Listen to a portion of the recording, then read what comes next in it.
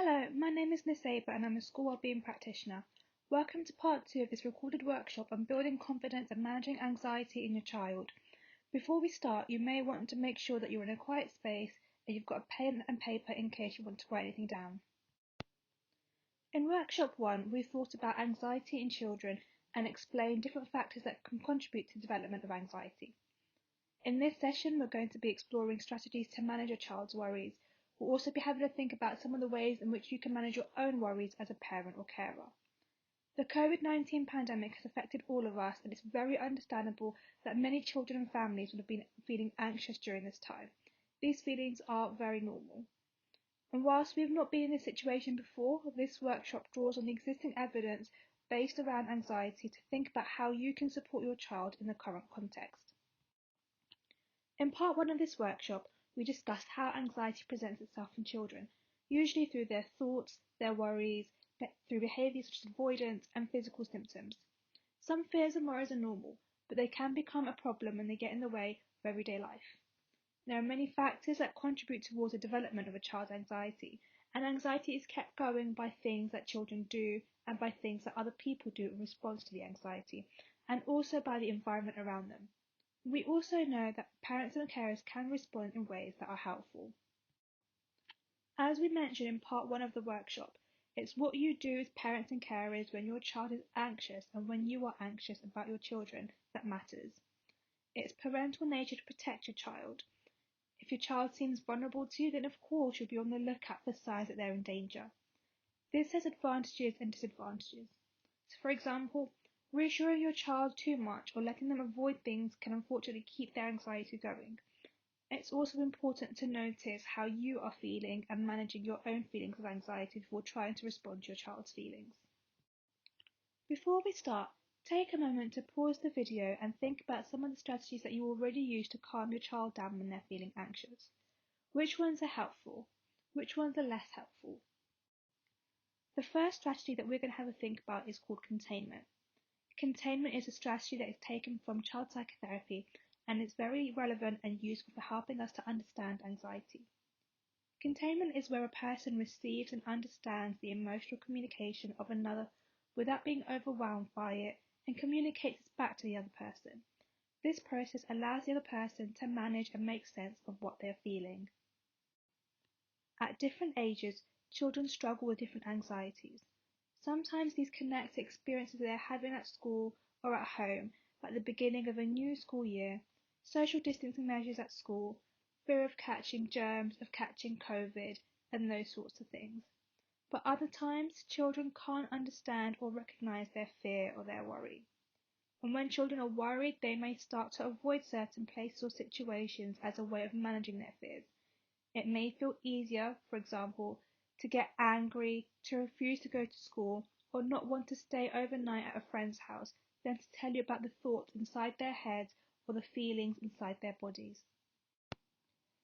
Like when they were babies, one of the things that you can do as a parent or a carer is to try and understand what is going on for them.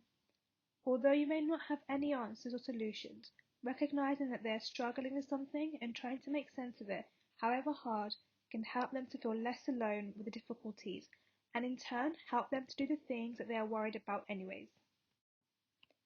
So how can you respond to your child in a containing way?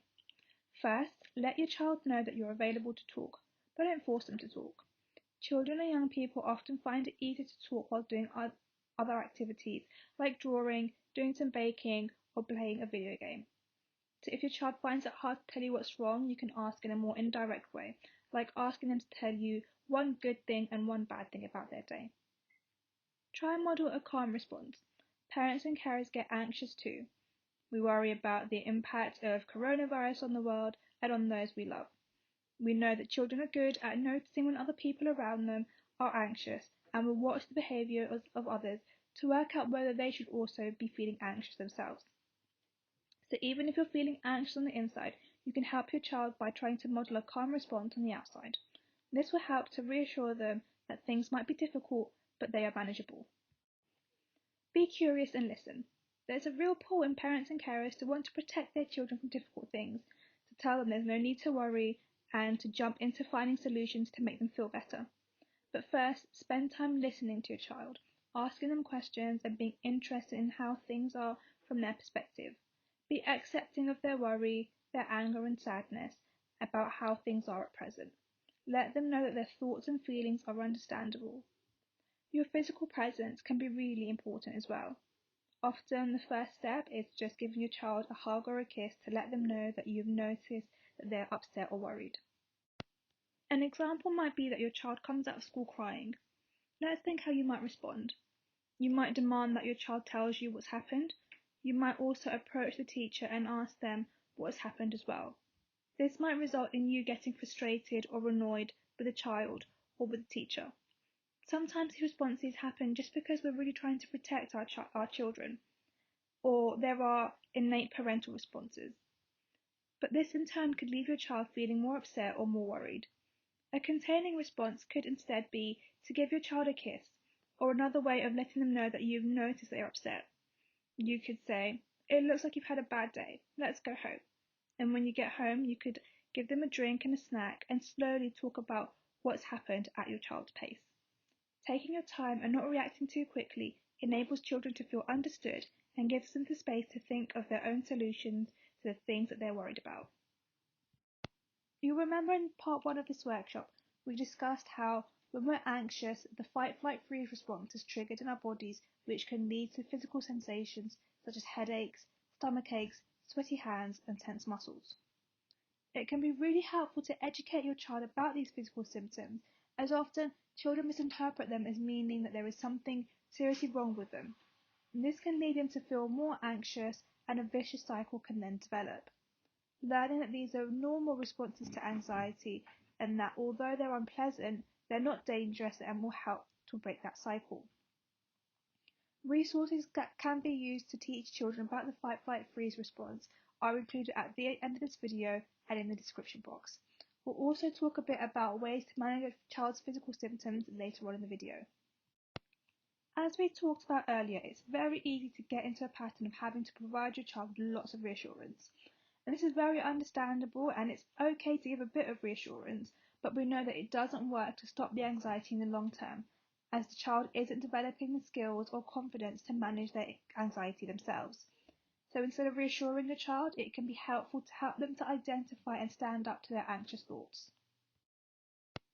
The first step to helping your child stand up to their anxious thoughts is to identify what those thoughts are. As we've discussed, children might display their anxiety first through physical symptoms or through their behaviour. So to help children identify their anxious thoughts, we might need to be curious and ask them some open questions. For example, you might notice that your child isn't eating their breakfast in the morning. You can ask questions like, "I've noticed you aren't eating your breakfast, and this tells me that you might be worried about something. What are you worried is going to happen? What is the worst thing your mind is telling you?" If your child is finding it hard to answer your questions, you can make tentative suggestions and then check with them whether you've understood correctly.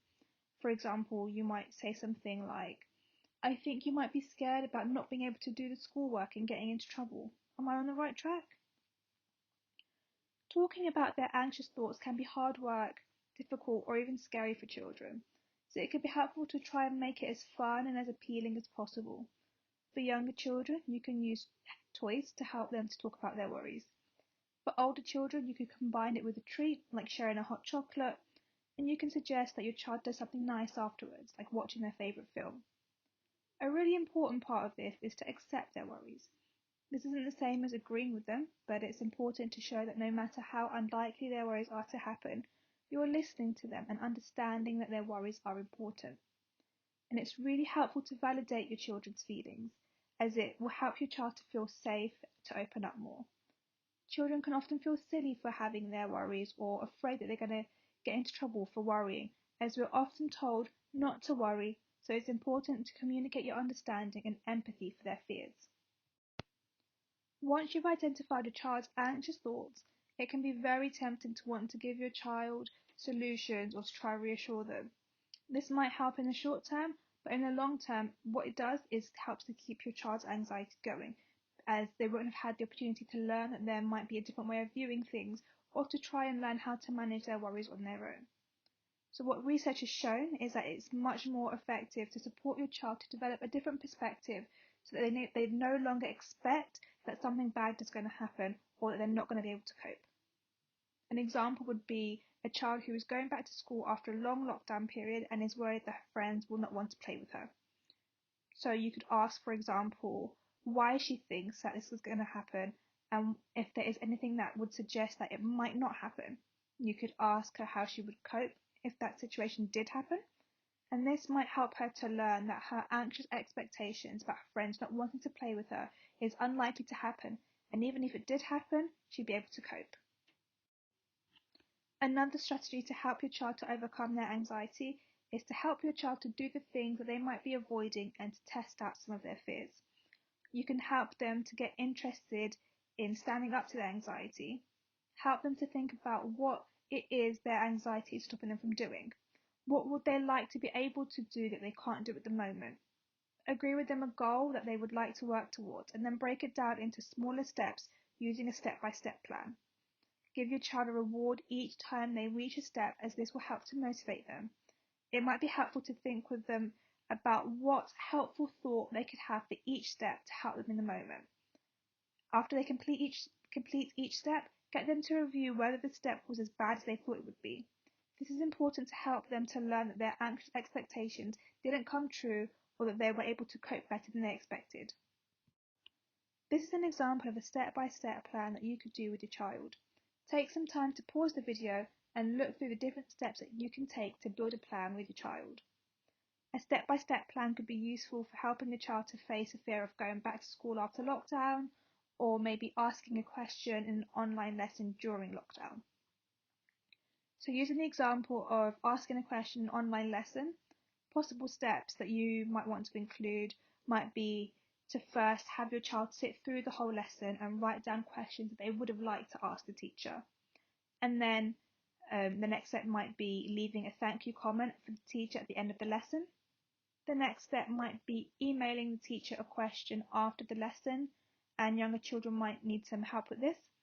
The next step might be to use the chat function to message the question directly or privately to the teacher during the lesson.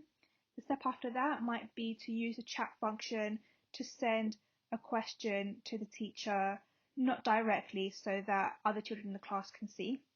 And the final step might be to turn the mic on and have your child ask a question to the teacher during the lesson. So we're now going to have a think about problem solving for realistic worries that your child might have. So all children have to face difficult situations at one time or another, and sometimes your child is going to have realistic worries.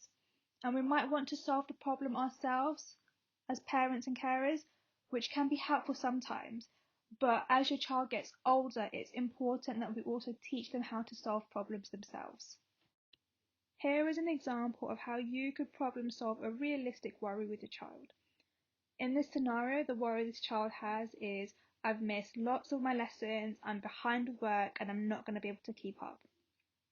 So the first step would be to ask your child to list all the possible solutions that they can think of. At this stage, the solutions can be wacky and wonderful and don't need to be realistic. Write them all down and praise your child for each solution they come up with. If your child is having trouble coming up with solutions, try prompting them with a question like, what do you think your friend would do in this situation? And once you've listed all the solutions, go through all of them and ask your child to think of all the pros and cons to each one, and ask them if they feel each solution is doable. Once you've done this, ask your child to rate how good each solution is on a scale of 0 to 10. You then pick the solution with the highest rating and use that to create a plan of action. Your child might sometimes find that the solution with the highest rating doesn't always solve the problem, and that's okay.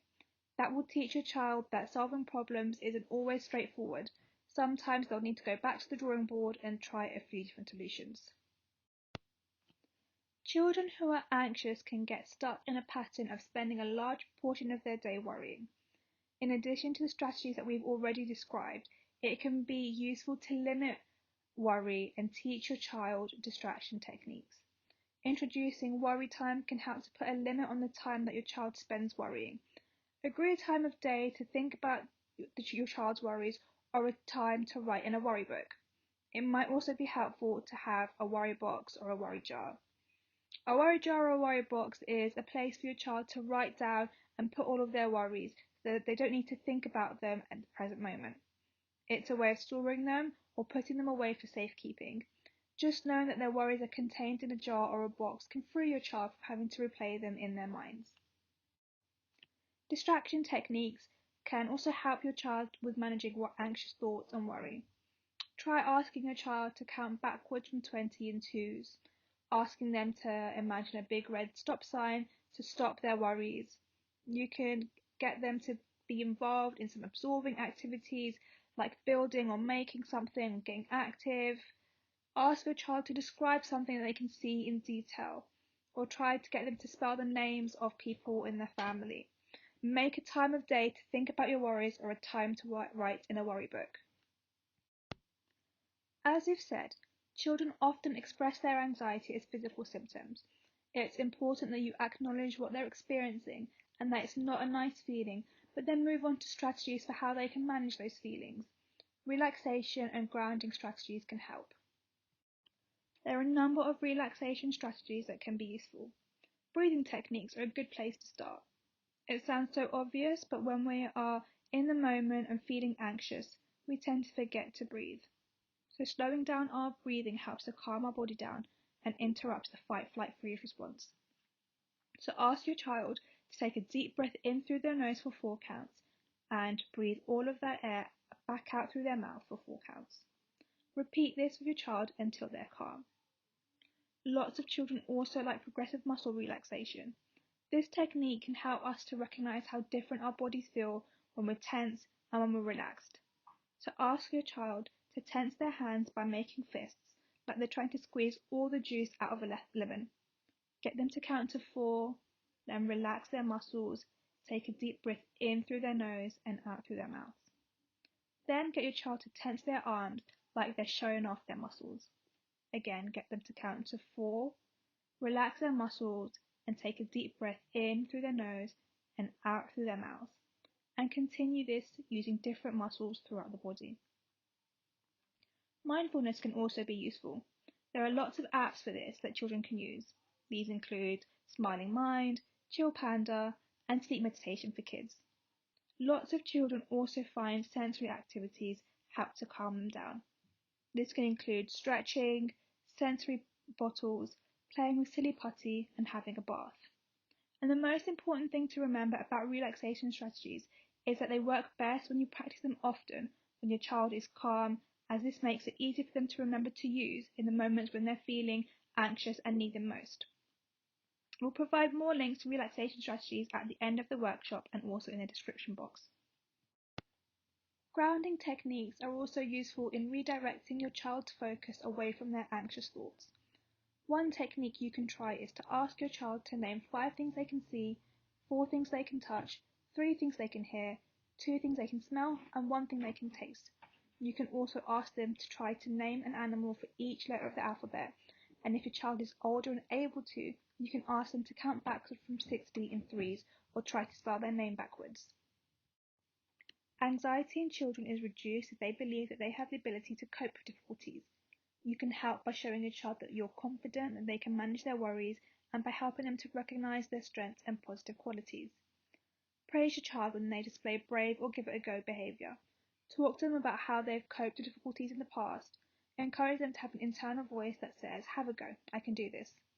Let them know the strengths and positive qualities that you and other people see in them. What are their interests and the things that they're passionate about? Supporting them to do the things that they're interested in will build their self-esteem and confidence in themselves. We know that it's really hard to support your child with their anxiety if you're not also looking after yourself. It's important to make sure that there's time in the day or in the week for you to recharge.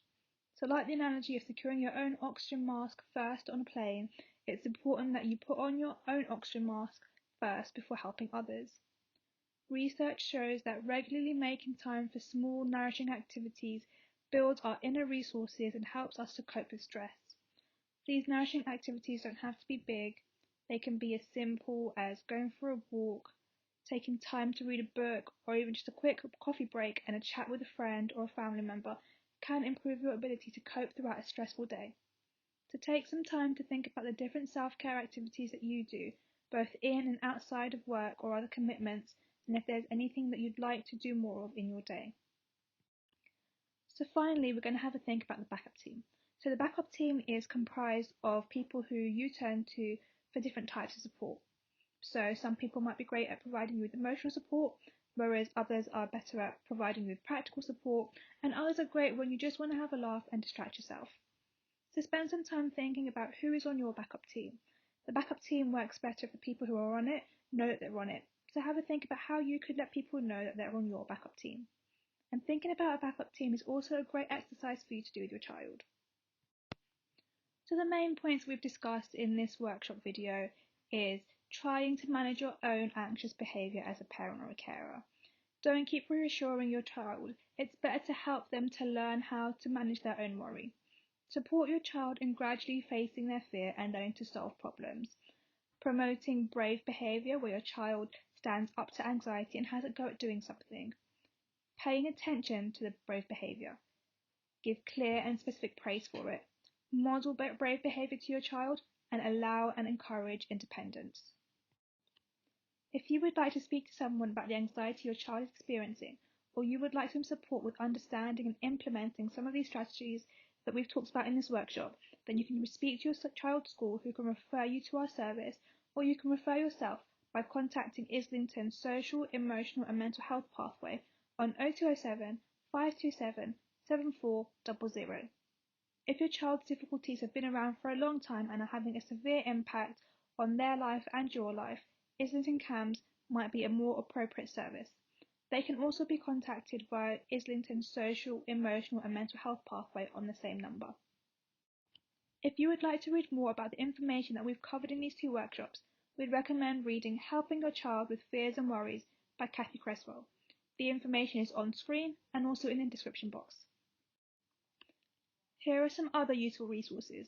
You'll be able to find all the links to these in the description box below. Thank you very much for watching this two-part workshop on managing your child's anxieties. We hope you found them helpful.